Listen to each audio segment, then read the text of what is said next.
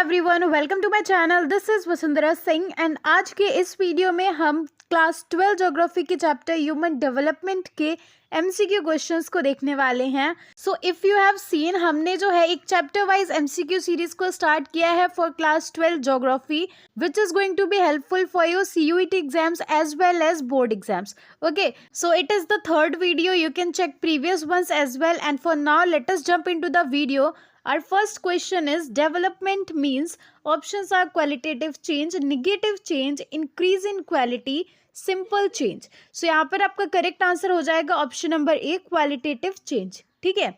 Next question is which criterion was used in early period to measure development. Options are industrial growth, agriculture growth, economic या फिर population growth. So the correct answer is economic growth. जितनी ज़्यादा income उतनी ज़्यादा development. Okay. Next question is which is not the key area of human development. Options are access to resources, good health, education या फिर industrial development. तो की areas में हमारा इंडस्ट्रियल डेवलपमेंट नहीं आता है. Option number D is the right answer. Next question is which is not a hindrance to equity. यानी कि इक्वालिटी को लाने में कौन सी चीज़ बाधा नहीं बनती है, हिंड्रेंस नहीं बनती है. Options are gender, race, caste या फिर फ्रीडम. सो फ्रीडम जो है it is not a hindrance to equity. इसके अलावा जेंडर, रेस और कास्ट जो है हिंड्रेंस बनते हैं इक्वालिटी लाने में, जेंडर इक्वालिटी लाने में basically. Okay, so here the correct answer is option number D, freedom. Next question is dash means a qualitative change which is always value positive and it occurs when positive growth and positive change in quality takes place. ठीक है. So options are growth, development, sustainability या फिर equity. तो here the correct answer is option number B, development. ठीक है. Development का मतलब होता है किसी क्वालिटी में चेंज आना. अब इन केस किसी भी चीज़ में नेगेटिव चेंज आता है तो वो कभी भी डेवलपमेंट थोड़ी ना होगी. ठीक है. नेगेटिव चेंज होगा तो इट इज़ नेवर डेवलपमेंट. तो इसीलिए जब भी डेवलपमेंट होगी तो वो हमेशा ही वैल्यू पॉजिटिव होगी. किसी भी चीज़ की क्वालिटी में जो है नेगेटिव चेंज आते हैं तो वो उसको हम डेवलपमेंट नहीं कंसिडर करेंगे. ठीक है. सो development is always value positive and ये तभी होती है जब किसी भी चीज़ में पॉजिटिव ग्रोथ होती है या फिर पॉजिटिव चेंज आते हैं. ठीक है. अगर नेगेटिव चेंज या फिर नेगेटिव ग्रोथ होगी तो उसको हम डेवलपमेंट नहीं कहेंगे. Okay, I hope it is clear. So answer is development. Next question is which of the following are the important aspects of development. Options are quality of life, availability of opportunity, freedom या फिर all of the above. तो ये सारे ही factors, सारे ही aspects important होते हैं with reference to development. So your answer is all of the above. Option number D. Next question is who introduced the concept of human development. Options are Amartya Sen, Mahbub ul Haq, Raghuram Rajan या फिर कौशिक बसु. तो human development के concept को introduce किसने किया. सो the correct answer is महबूब उल हक. ठीक है. Next question says in which year did Mehboob ul Haq introduced the concept of human development. तो ये तो हमको पता चल गया कि ह्यूमन डेवलपमेंट के कॉन्सेप्ट को इंट्रोड्यूस किया गया था महबूब उल हक के द्वारा, बट कब किया था, in which year did he introduced, that you have to answer. Options are 1980, 1979, 1990 या फिर 2000. So here the correct answer is 1990. Next question is which of the following statement is true. So here you are given 4 statements and you have to identify whether they are true or false. So option number A says Dr. Huck has described human development as development that enlarges people's choices and improves their lives. So this statement is true. Dr. Huck ने जो है human development को describe किया है as a development जहाँ पर लोगों की चॉइस enlarge होती है, लोगों के पास में opportunities हैं, options हैं उनके पास में. ठीक है. and it also improves their lives. तो it is true. Second statement says the basic goal of development is to create conditions where people can live meaningful lives. This is also true. Third option says people are central to all development. ठीक है. सो this is also true. Development जो है people centric होती है, जहाँ का जो centre है, जो सेंट्रल पॉइंट है वो पीपल है, लोग हैं. ठीक है. लोगों से ही डेवलपमेंट होगी. सो central point of development is people. So it is also true. That's why your correct answer will be option number D, all of the above. Next question says which of the following are the most important aspects of human development. तो human development के important aspects कौन कौन से हैं, that you have to identify. Options are number first, leading a long and healthy life. Second, ability to gain knowledge. third is ability to live a decent life, and fourth option says all of the above. So ये तीनों ही aspects are very important with reference to human development. That's why your correct answer will be all of the above, option number D. Next question is an assertion reason based question. I hope you know किस तरह से आते हैं. आपको एक assertion दिया है, एक statement दिया है, and below that a reason is given. So you have to identify दोनों statements गलत हैं या सही हैं, and according to the options you have to answer. So let me explain the options first. Option number A says both assertion and reason are true and reason is the correct explanation of assertion. So in case अगर आपके reason और assertion दोनों ही correct हैं and reason जो है वो assertion को explain कर रहा है, ठीक है, तो आपका option number A correct हो जाएगा, ठीक है. वहीं पर option number B says both assertion and reason are true but reason is not the correct explanation of assertion. तो अगर आपके असर्शन और रीजन दोनों ही स्टेटमेंट्स करेक्ट लिखे हुए हैं, ठीक है, if the statements are correct but जो रीजन है वो असर्शन को एक्सप्लेन नहीं कर रहा है, वो असर्शन के साथ में लिंक नहीं कर रहा है, सिंक नहीं कर रहा है, ठीक है, सो उस केस में आपका option number B will be the right answer. And option number C और डी काफी क्लियरली लिखे हुए हैं. Assertion is true but reason is false and assertion is false but reason is true. Okay, तो let us see the assertion and reason. Assertion given है many people do not have the capability and freedom to make even basic choices. तो this is true. ऐसा होता है, कई लोगों के पास में बिल्कुल भी कैपेबिलिटी नहीं होती, उनको इतनी भी आज़ादी नहीं होती है कि वो छोटी छोटी चॉइसेस भी खुद से कर सकें, ठीक है. And the reason given is this may be due to their inability to acquire knowledge, their material poverty, social discrimination, inefficiency of institutions and other reasons. तो ये रीज़न भी करेक्ट है कि जो कुछ लोग हैं जिनको की फ्रीडम नहीं है अपनी चॉइसेस करने का, कुछ लोगों को कैपेबिलिटी नहीं है, तो इसके रीजंस क्या हैं? या तो उनके पास में उतनी नॉलेज नहीं है, या उनके पास में मटेरियल पॉवर्टी है, वो गरीब हैं, सोशली डिस्क्रिमिनेट करे जा रहे हैं, उनके पास में उतनी ज़्यादा फैसिलिटीज़ नहीं है, इंस्टीट्यूशंस नहीं है, ठीक है. So these can be the reasons why कुछ people are not able to make their choices, ठीक है. तो reason is also correct and reason अच्छे से असर्शन को एक्सप्लेन भी कर रहा है कि असर्शन में हमको बताया है कि कुछ लोगों के पास में कैपेबिलिटी नहीं होती है चॉइसेस बनाने की, एंड इसी चीज को हमारा रीजन एक्सप्लेन कर रहा है कि क्यों उन लोगों के पास में चॉइसेस नहीं है. तो the correct answer will be option number A, both assertion and reason are true and reason is the correct explanation of assertion. Okay, next question is which of the following is not a pillar of human development. So you can answer this question then only जब आपको पता है कि 4 pillars हैं कौन से, ठीक है. So human development के 4 pillars हैं and they are sustainability, equity, empowerment and productivity, ठीक है. So let us see the options here: equity, stability, empowerment and productivity. तो of course हमारा option number B is the correct answer because stability नहीं, sustainability हमारा human development का pillar है, ठीक है. So option number B is the right answer here.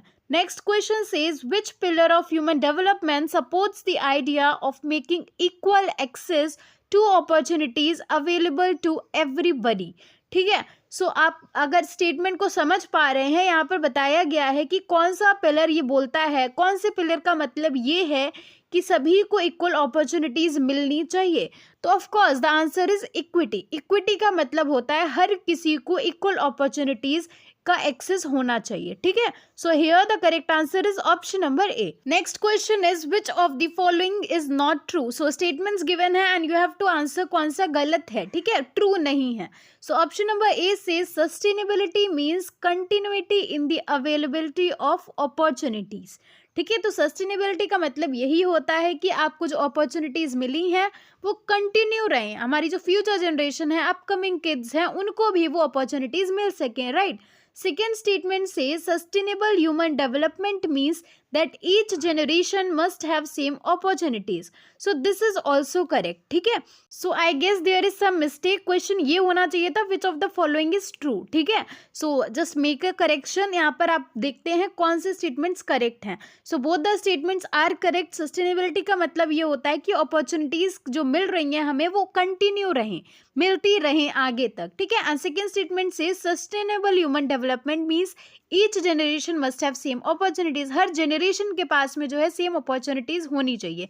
So this is also true. Your correct answer will be option number C, both A and B. So make sure आप question को ध्यान से देख ले कि व्हाट इज रिटन, आपको क्या पूछा है, which of the following is true या फिर विच of the following is not true. So make sure कि आप केयरफुली पढ़ें क्वेश्चन में पूछ क्या रहा है, ठीक है, and make a correction here. यहाँ पर आपको ये बताना है which of the following is true, and the answer will be both A and B. Next question says which of the following refers to the power of making choices. ठीक है, options are equity, sustainability, productivity या फिर empowerment.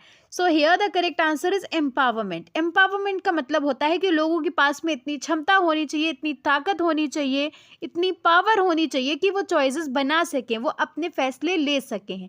Okay, next question is which of the following indicators are used to represent access to knowledge. Options are adult literacy rate, gross enrollment ratio, both A and B, only A. So adult literacy rate और gross enrollment ratio ये दोनों ही helpful हैं to know the access to knowledge. ठीक है, ये दोनों ही हमको बताते हैं कि लोगों के पास में कितना एक्सेस है नॉलेज का. So option number C will be the right answer, both A and B.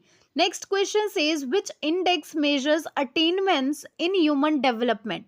Options are Human Development Index, Human Poverty Index, Global Hunger Index या फिर none of the above. तो यहाँ पर करेक्ट आंसर हो जाएगा human development index. ठीक है, अगर अटेनमेंट्स की बात आती है तो आपका आंसर हो जाएगा ह्यूमन डेवलपमेंट इंडेक्स. वहीं पर अगर इस क्वेश्चन में अटेनमेंट्स की जगह पर शॉर्ट फॉल्स होता, which means the question would be which index measures short falls in human development, तो आपका करेक्ट आंसर हो जाता है ह्यूमन पॉवर्टी इंडेक्स. ठीक है, सो डू रिमेंबर अटेनमेंट्स की बात आएगी तो हमारा इंडेक्स हो जाएगा human development index and shortfalls वाला हो जाता है ह्यूमन पॉवर्टी इंडेक्स. ठीक है, next question is which of the following country has officially proclaimed the gross national happiness as the measure of the country's progress.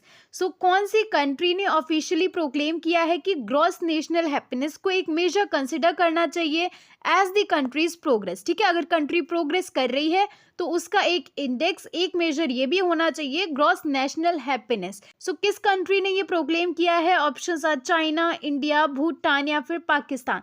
So the correct answer is Bhutan, option number C. ठीक है, सो इस index में जो है basically material world को छोड़ करके, material जो डेवलपमेंट है उसको छोड़ करके बाकी की चीजें देखी जाती है कि लोग कितने खुश हैं, लोग स्पिरिचुअली कितने ज्यादा डेवलप हुए हैं, तो इस टाइप के पैरामीटर्स को कंसिडर किया जाता है.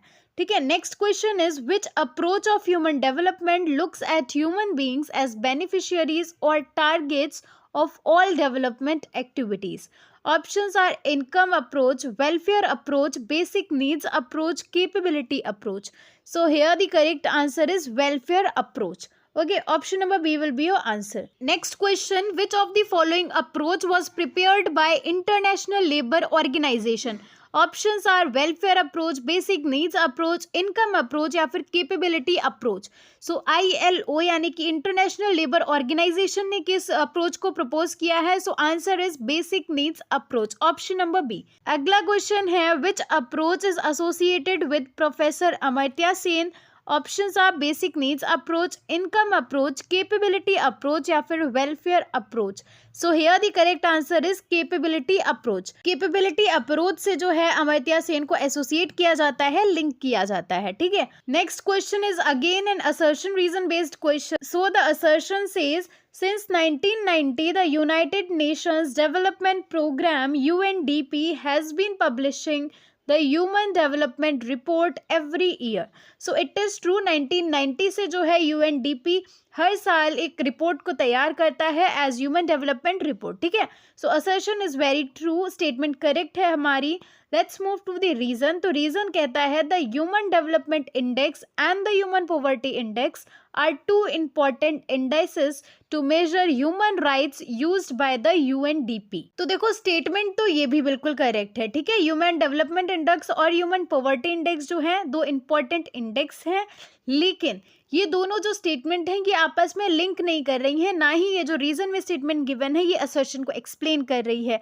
ठीक है, so statements are both true लेकिन reason is not explaining assertion. ठीक है, so here the correct answer will be option number B, Both assertion and reason are true, but reason is not the correct explanation of assertion. Next question says, which of the following country has the highest score on the Human Development Index? तो इन countries में से कौन सी country का जो score है वो highest है in the Human Development Index? Options are Norway, Iceland, Sweden या फिर France.